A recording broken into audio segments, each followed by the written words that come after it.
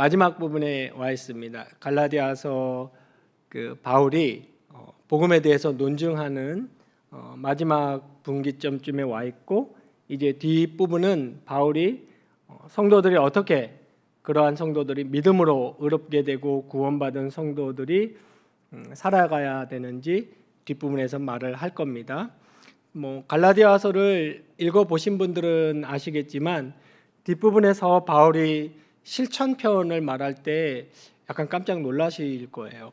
깜짝 놀라셨을 겁니다. 왜냐하면 마치 다른 사람이 쓰는 것처럼 쓰고 있습니다. 앞에서는 그렇게 강력하게 오직 믿음이 아니면 저주가 있을지어다 막 이러더니 뒷부분에 가서는 갑자기 숨 심호흡을 깊게 들으신 다음에 그러므로 사랑으로 라면서 이제 사랑의 실천을 얘기하고 있습니다. 오늘 이 부분이 그 중간쯤 되는 부분이에요. 그래서 어느 정도 바울이 자기의 논증을 마무리하려고 하고 있습니다.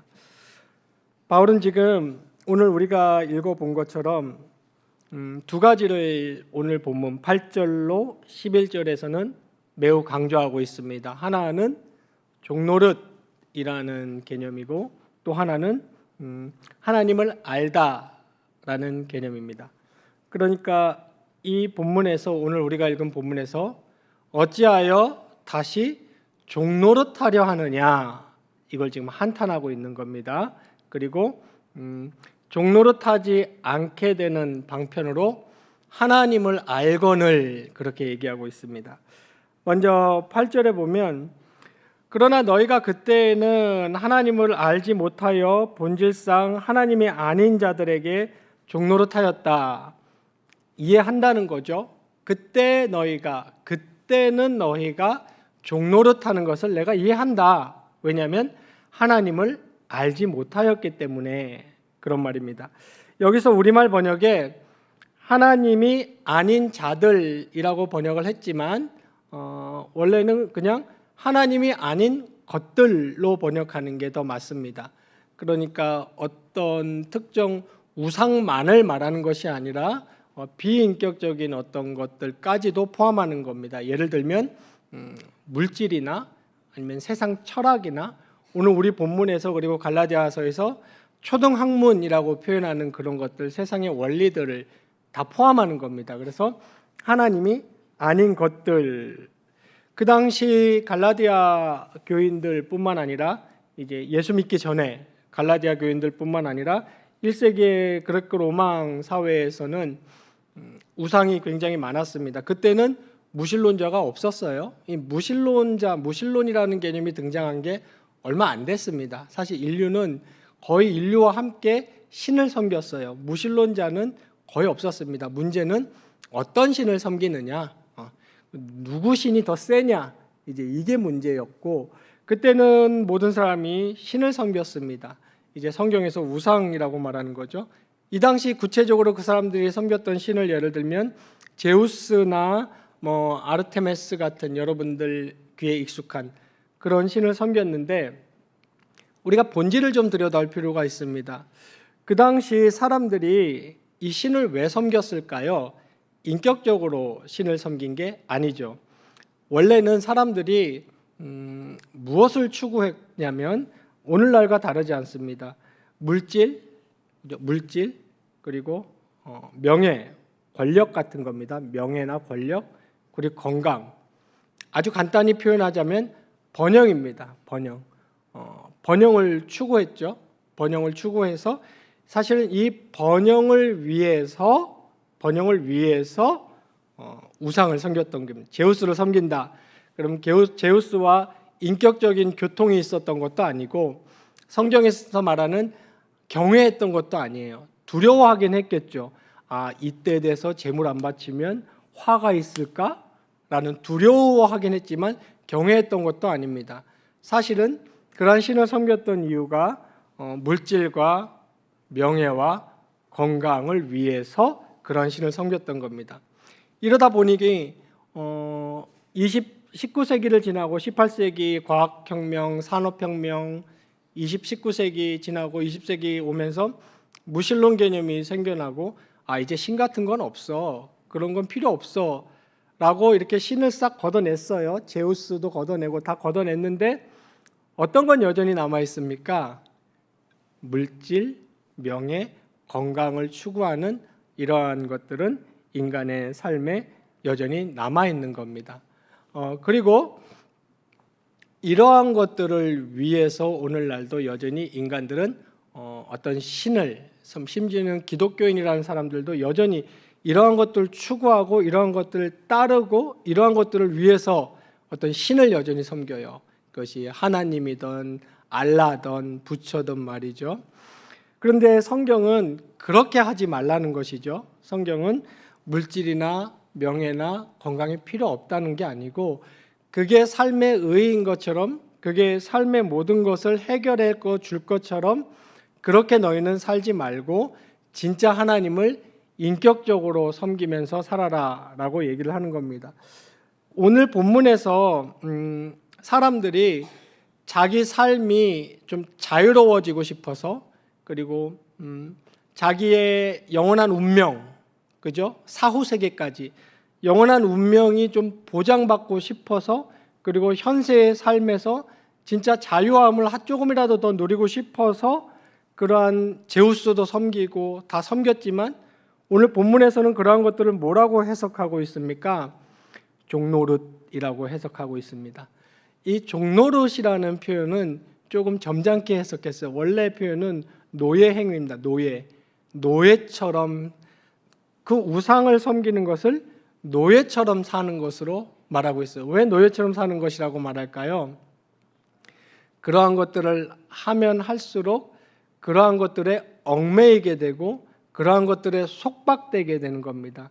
그러니까 그러한 것들을 추구하고 그러한 것들을 쫓으면 쫓을수록 그러한 것들이 나의 영원한 운명이나 현세에서 삶에 자유를 주는 게 아니고 그러한 것들에 내가 점점 더 올가매어지고 얽매여지고 그러한 것들에 빨려 들어가고 결국은 성경은 어떻게 해석합니까?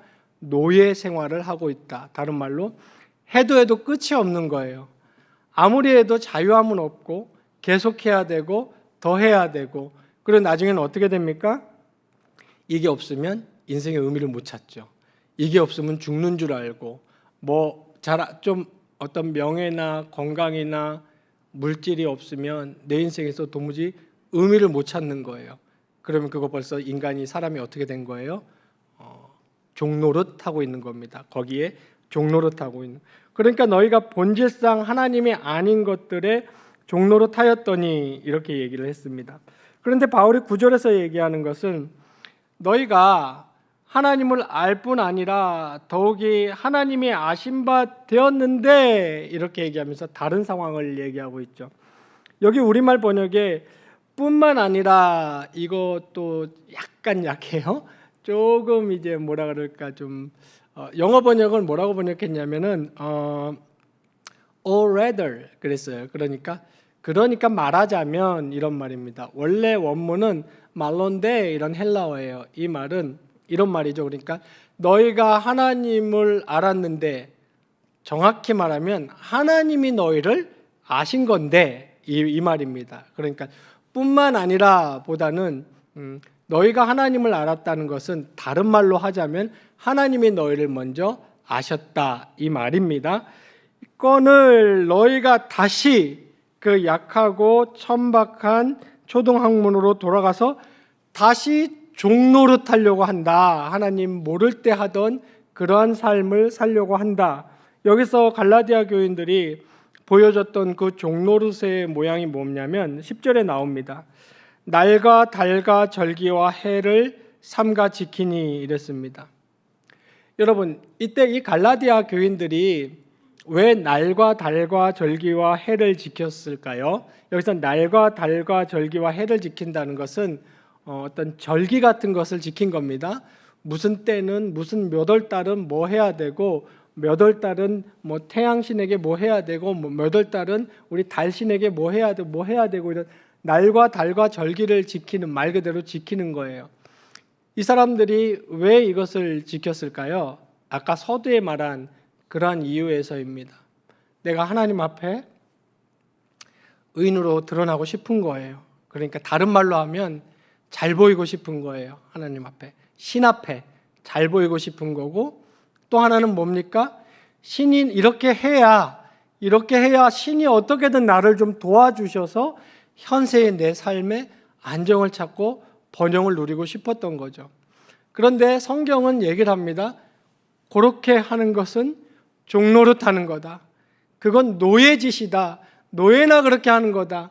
너희가 그렇게 하면은 자유를 얻고 너희 영원한 사후세계의 운명을 보장받을 것 같느냐? 그게 아니고 너희는 점점 더 거기에 얽매이게 될 거다. 이 얘기를 합니다.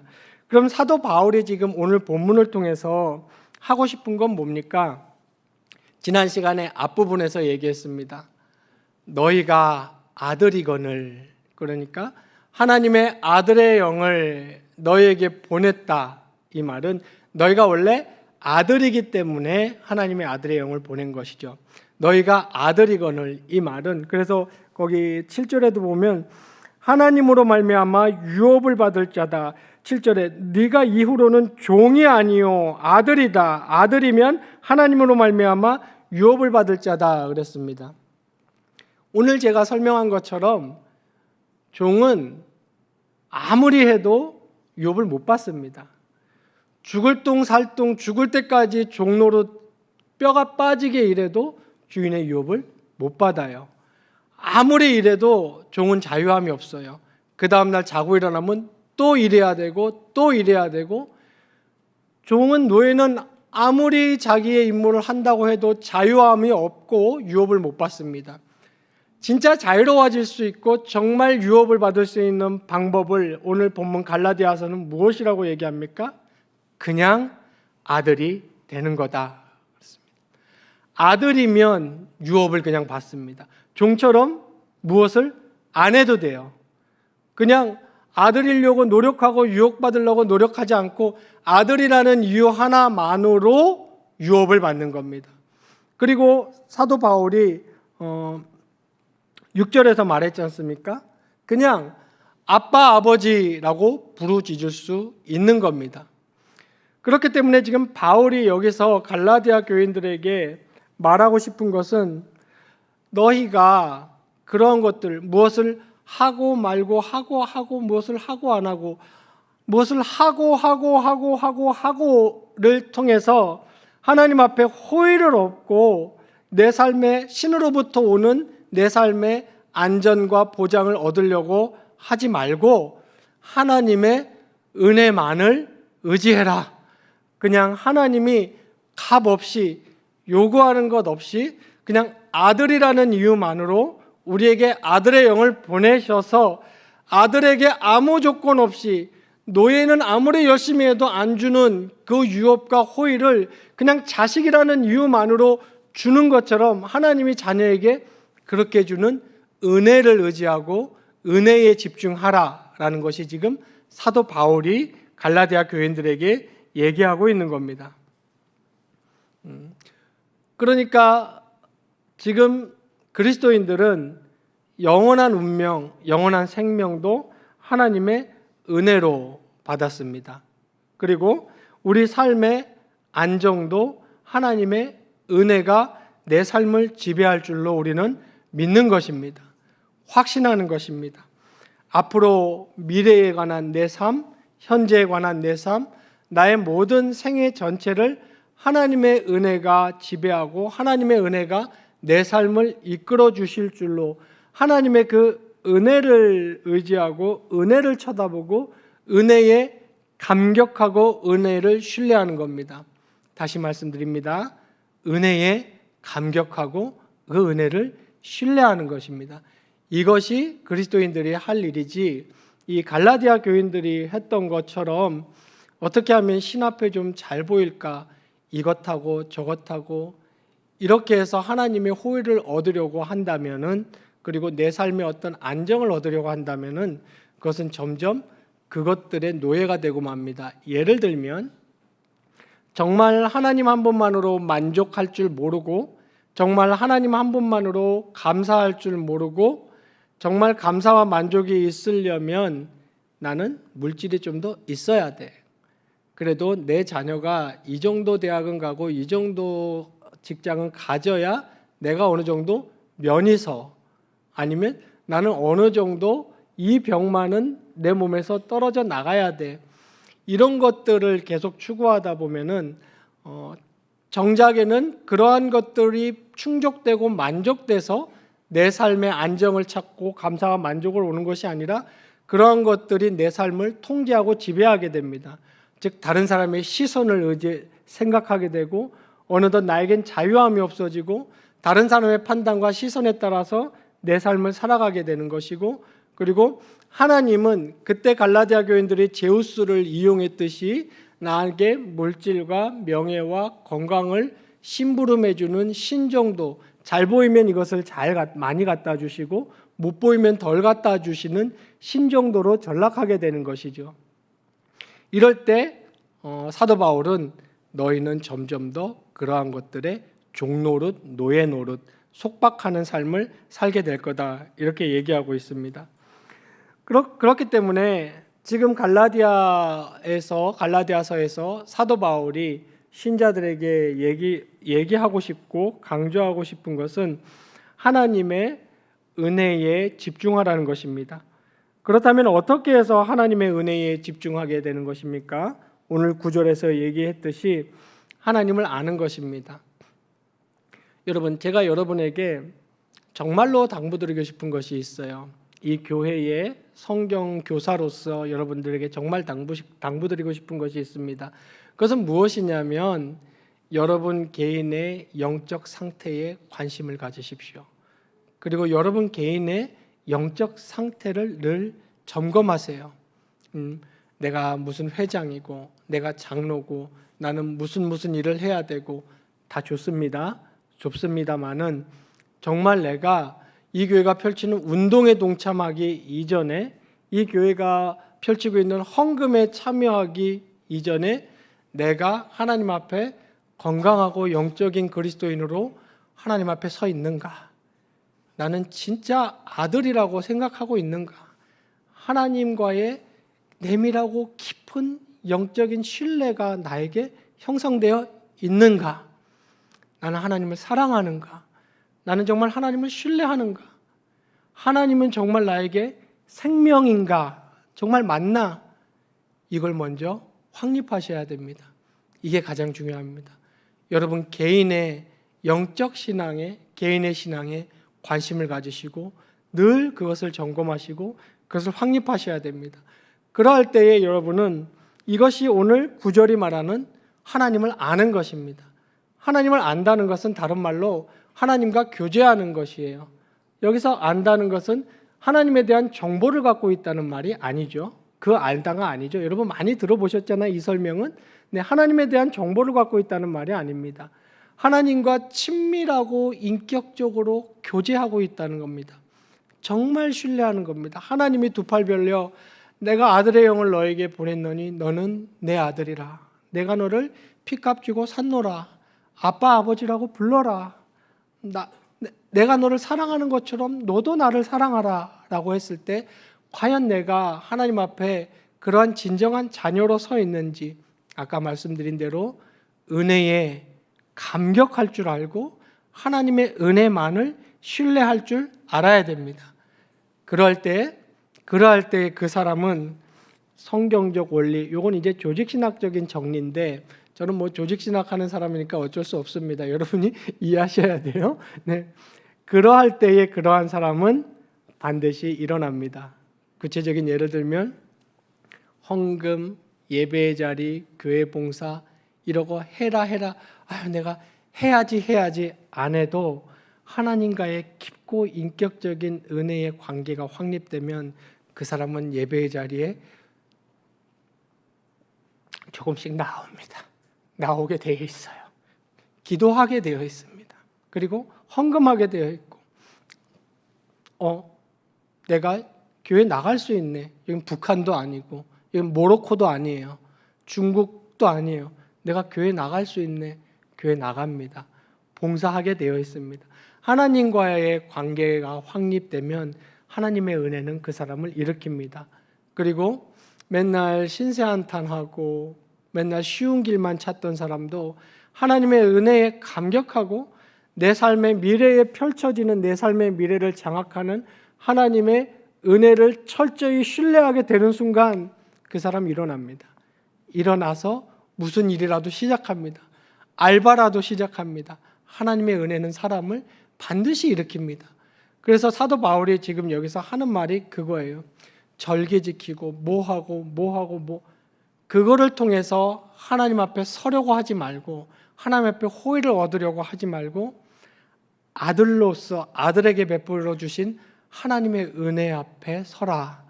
은혜만을 바라보고 은혜에 감격할 줄 알고 그 복음의 은혜에 그리고 그 은혜를 신뢰할 줄 아는 그런 하나님 앞에서의 바른 그리스도인이 되기를 먼저 애써야 하는 것입니다.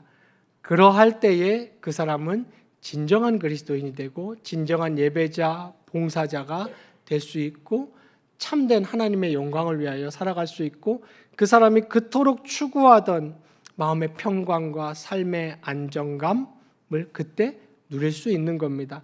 모쪼록 경양의 모든 성도 여러분께서는 무엇보다 하나님께서 우리에게 베풀어 주신 그 은혜를 내가 정말 감격하고 있는지 스스로 점검하시고 그리고 내가 정말 그 은혜만을 그 어떤 것보다 신뢰하고 있는지 확인하셔서 무엇보다 먼저 한 사람의 신앙인으로서 늘 하나님 앞에 하나님 생각하시고 하나님 의지하시고 하나님 신뢰하시고 시시때때로 하루를 살아가면서 틈만 나면 아버지 하나님 이름 부르시고 하나님 앞에 서기를 힘쓰는 그래서 참된 자유와 복음이 보장하는 참된 삶의 안정을 누리는 경양의 모든 성도님 되시기를 주님의 이름으로 축원합니다.